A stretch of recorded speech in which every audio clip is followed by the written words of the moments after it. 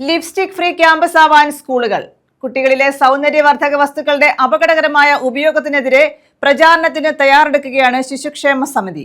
ഗുരുതരമായ ആരോഗ്യ പ്രശ്നങ്ങൾക്ക് ഇത് കാരണമാകുന്ന പശ്ചാത്തലത്തിലാണ് ശിശുക്ഷേമ സമിതി വ്യാപകമായ പ്രചാരണത്തിന് ഒരുങ്ങുന്നത്.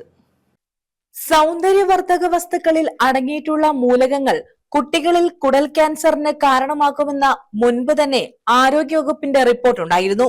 Lipstick, eyeliner, eyeshadow, blush, face ക്രീമുകൾ തുടങ്ങിയവയിൽ മെർക്കുറി, കാഡ്മിയം ഉൾപ്പെടെയുള്ള മൂലകങ്ങൾ അടങ്ങിയിട്ടുണ്ട്.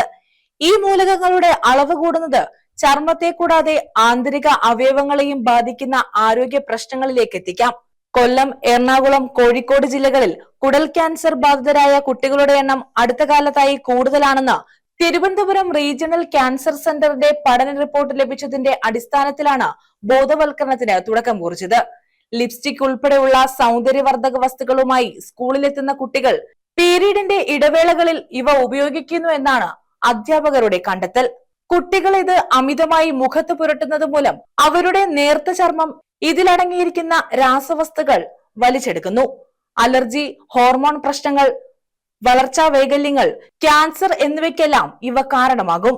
ഇവ ഉപയോഗിക്കുന്നത് കൊണ്ടുള്ള ആരോഗ്യ പ്രശ്നങ്ങളെക്കുറിച്ച് കുട്ടികൾക്ക് ക്ലാസ് നൽകുകയും സ്കൂളുകളിൽ സൗന്ദര്യവർദ്ധക വസ്തുക്കൾ പൂർണ്ണമായും ഒഴിവാക്കുകയുമാണ് ലക്ഷ്യം. ബോധവൽക്കരണം പൂർത്തിയായ സ്കൂളുകളെ ലിപ്സ്റ്റിക് ഫ്രീ ക്യാമ്പസായി പ്രഖ്യാപിക്കും. തുടർന്ന് രക്ഷിതാക്കൾക്കും ബോധവൽക്കരണം നൽകും. സ്കൂളുകൾക്ക് പുറമെ റെസിഡൻസ് അസോസിയേഷനുകളിലും കുടുംബശ്രീ അയൽക്കൂട്ടങ്ങളിലും വിവിധ സംഘടനകളിലും ബോധവൽക്കരണ ക്ലാസുകൾ നടത്തും. News bureau, Karunagappally.